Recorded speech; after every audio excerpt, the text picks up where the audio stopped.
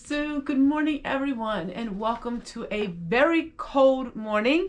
And I am sitting by the wood stove at my kitchen table, which is a place that you probably don't see me sit very often, but I love sitting here and doing a lot of research and reading for all of you. And I want to share with you a little bit of the concept of Freeganism. And what does Freeganism mean? And what in the world is such an unusual word? And in other words, it's called waste recovery lifestyle. And I hope that maybe you can gain a little bit of knowledge and some inspiration in today's video.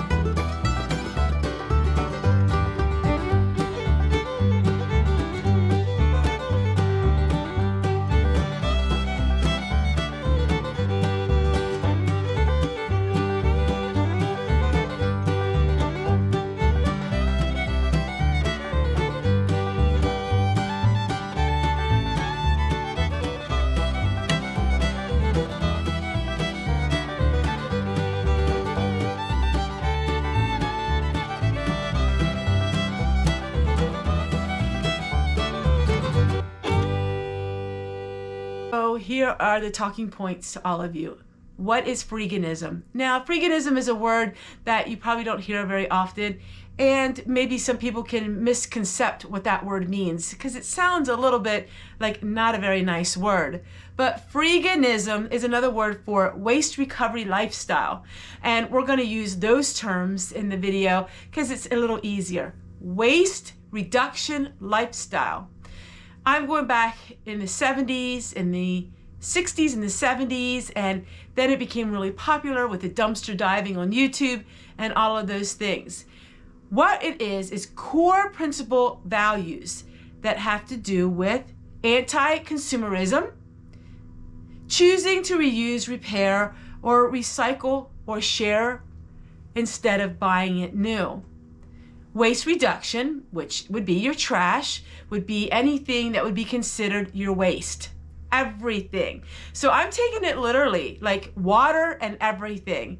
What am I considering a waste? And why am I wasting it? And what can I do to not waste it? Waste reduction is keeping usable items out of the landfill. So if you have anything that's usable, what can you do instead of throwing it into the trash? Can you donate it? Can you sell it? And this has been so amazing for me because it takes a little bit of effort, but you can actually sell things. You can actually give things away. You can actually donate things to charities where they can have auctions and they can sell it. And it is a win-win because it's getting out of your home and you're helping someone else. Ethical living. Now, some people take that to being a vegan or being a vegetarian. So a vegetarian is someone who doesn't eat meat. A vegan is somebody who doesn't eat eggs, milk, or cheese. I am neither of those things.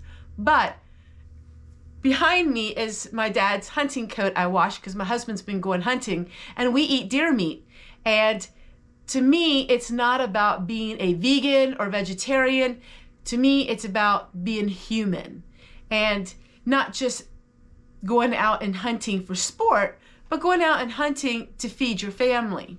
So I don't take it as far as what maybe some people would, but we eat eggs, we eat chicken, but can we get it that's minimally processed and more human?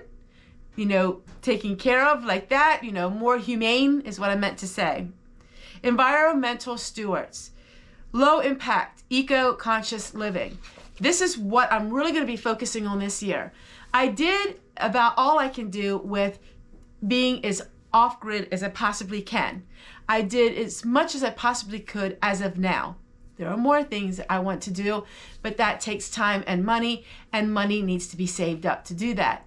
So what can I do to be more economical? What can I do to be more environmentally, conscious of things?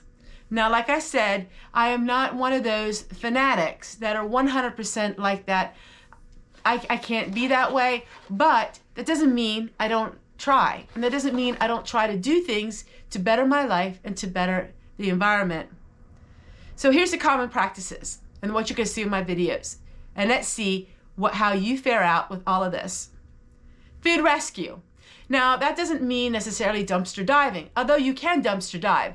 I don't do that. I have in the past, but I have so much food, I don't need to do that. But what you can do is, do you get reduced food at the grocery store? That is called food rescue. And I have some notes here as well. Food rescue. Yes, you do that. If you get anything discounted or reduced, you're rescuing food, because if you don't buy that, that's going in the dumpster. Reuse and upscaling. Have you ever repainted something? Have you ever reused maybe the paper that butter came in and you use that to butter your pans? Have you ever taken plastic bags and reused them over and over again? There you go, you get another point. Sharing economics. Have you ever shared your surpluses with someone? Have they ever shared it with you? Minimal living. For me, minimal living is a little different than what some people. I'm not going to give everything I own away. My home is filled with love, and let me show you.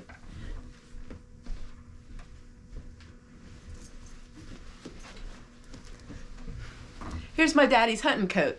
My husband wore it and went hunting, and I love my parents' things. My home is filled with them.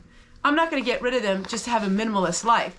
For me, in my sensitive spirit, I love having the things of my loved ones around me. It gives me a lot of sense of peace. Environmental concerns. Okay, so here's another thing. On the scale of 1 to 10, I'm a 5. I'm not really one of those that, what they call tree huggers, but yet I'm not one that consumes so much things. So maybe I could learn a little bit, and maybe I could do some other things that really will help the environment. We'll see.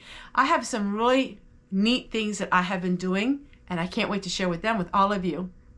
Financial freedom, and this is me. So why am I doing this? Financial freedom. I want to save my money in order to do some other things that is going to highlight my lifestyle, because this is what gives me happiness. This is what keeps me motivated. This is what gives me a lot of joy in my life. So this is what I'm going to be doing, because this is where I want my money to go. Values-based living. Yes, because I am a Christian, this is a value-based living, but it's not necessarily for somebody with a certain religion. This can be value-based, and your values can come shining through whatever they may be.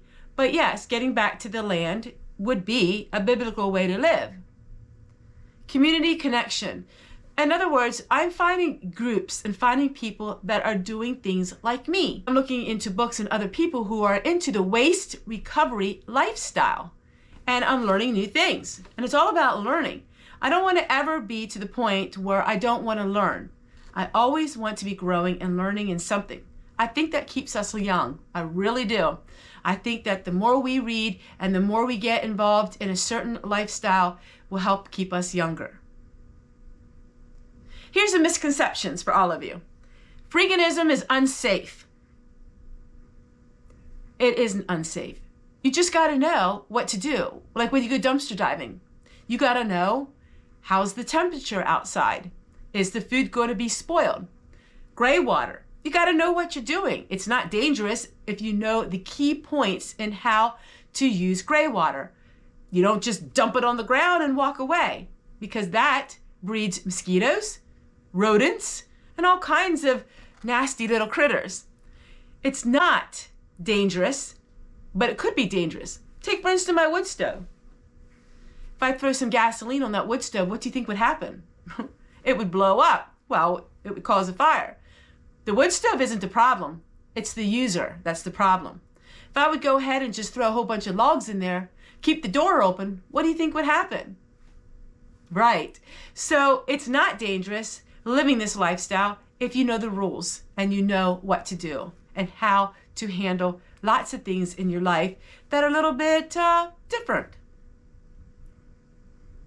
It's only dumpster diving. So you can't say you're a freegan or you can't say you're a waste recovery lifestyle if you don't dumpster dive. That's not true.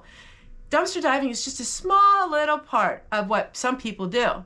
If you go to Craigslist, go to FreeCycle, you find things free, you give things free. It's all part of the waste reduction lifestyle. They reject modern living. Well, here's the thing. They can and they can't.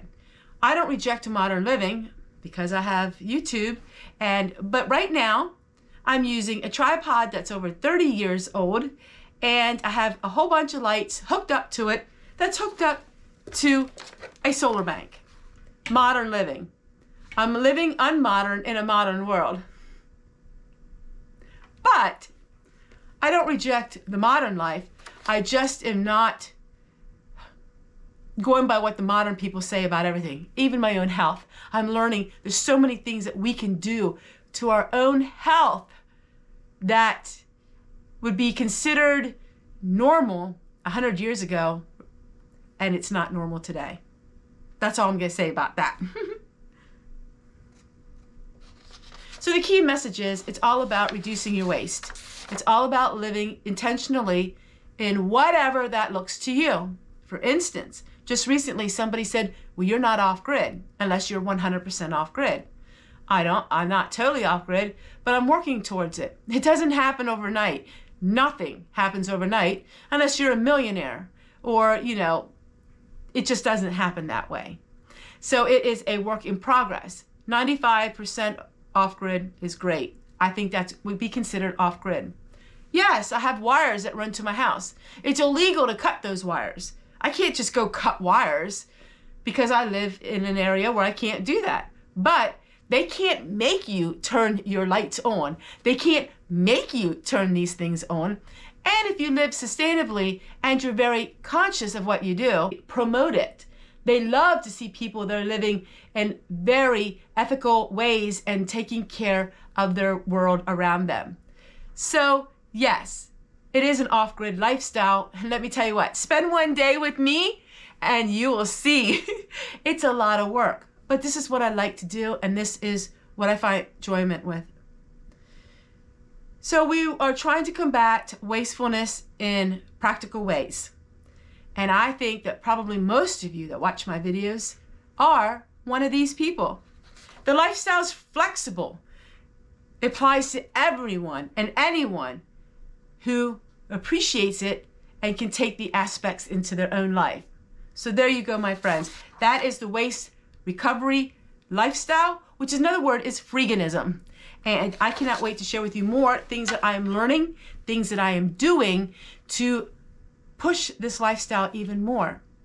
It's something that gives me a lot of purpose, and it's opening my eyes out to it's opening my eyes up to a lot of things that I never realized I could do. And I cannot wait to show you some exercises and some things that I'm doing that is helping me tremendously with a lot of things. And it is really unique and very unusual. Take care, everyone. We'll see you guys in the next one. And let me know, what are some things that you do to be a waste recovery person? Oh, look it up. I didn't make it up. It's Google. And let me know what you want to work on to be more self-sustainable, self-efficient, and live a much clutter-free, drama-free, peaceful life. Let me know in the comments below. Now, the comments are open to subscribers. You have to be subscribed to my channel in order to give a comment. Bye, everybody.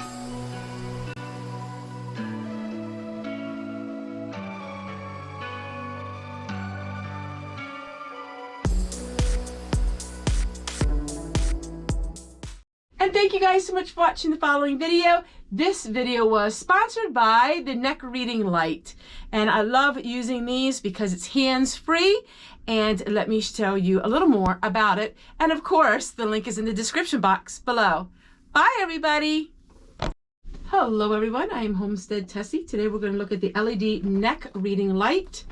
And this is perfect for me because we are off-grid. We use everything by solar, and in the evening times it can get quite dark. And it's nice to have a reading lamp.